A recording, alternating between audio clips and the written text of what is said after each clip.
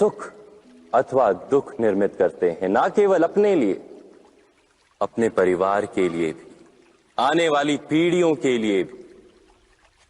जब कोई दुविधा सामने आती है तो मन अधिकतर निर्णय हम दुविधा का उपाय करने के लिए नहीं, केवल मन को शांत करने के लिए लेते हैं। पर क्या कोई दौड़ते हुए भोजन कर सकता है? नहीं। तो क्या युद्ध से जूझता हुआ मन कोई योग्य निर्णय ले पाएगा? वास्तव में शांत मन से जब कोई निर्णय करता है तो अपने लिए सुखद भविष्य बनाता है, किंतु अपने मन को शांत करने के लिए जब कोई निर्णय करता है तो वो व्यक्ति भविष्य में अपने लिए कांटों भरा वृक्ष लगाता है। स्वयं विचार कीजिएगा।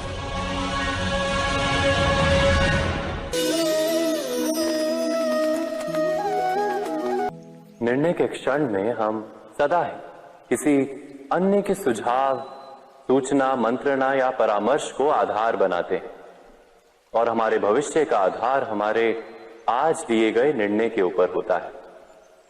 तो क्या हमारा भविष्य किसी अन्य के परामर्श, किसी अन्य के सुझाव का फल है? क्या हमारा संपूर्ण जीवन किसी अन्य की बुद्धि का परिणाम? क्या हमने कभी विचार किया है? सबका अनुभव है कि भिन्न भिन्न लोग एक ही स्थिति में भिन्न भिन्न परामर्श देते हैं। मंदिर में खड़ा भक्त कहता है कि दान करना चाहिए और चोर कहता है यदि अवसर मिले तो इस मूर्ति के श्रृंगार चुरा। धर्म से भरा हृदय धर्ममय सुझाव देता है और अधर्म से भरा हृदय अधर्म का परामर्श देता है।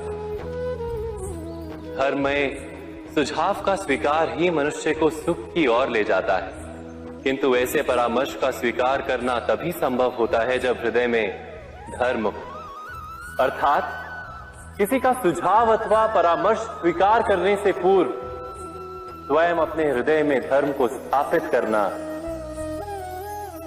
क्या आवश्यक नहीं? स्वयं विचार कीजिए।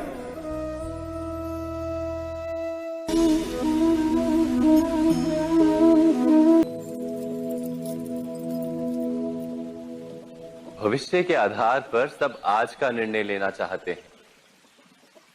भविष्य में सुख मिले, भविष्य सुरक्षित हो, ऐसे निर्णय आज लेने का प्रयत्न रहता है सबका। आप अपने जीवन को देखिए, क्या आपके अधिकतर निर्णय के पीछे भविष्य का विचार नहीं होता? और हो भी क्यों ना?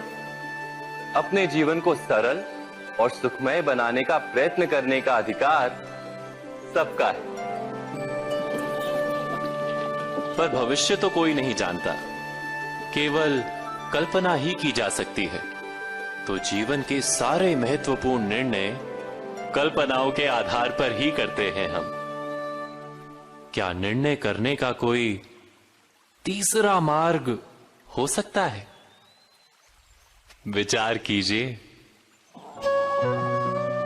सारे सुखों का आधार धर्म है और वो धर्म मनुष्य के हृदय में बसता है।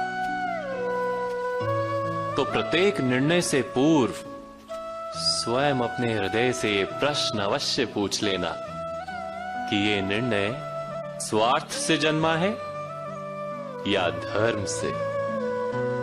क्या इतना पर्याप्त नहीं?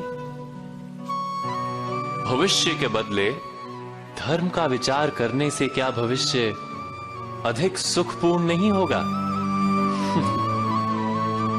स्वयं विचार कीजिए।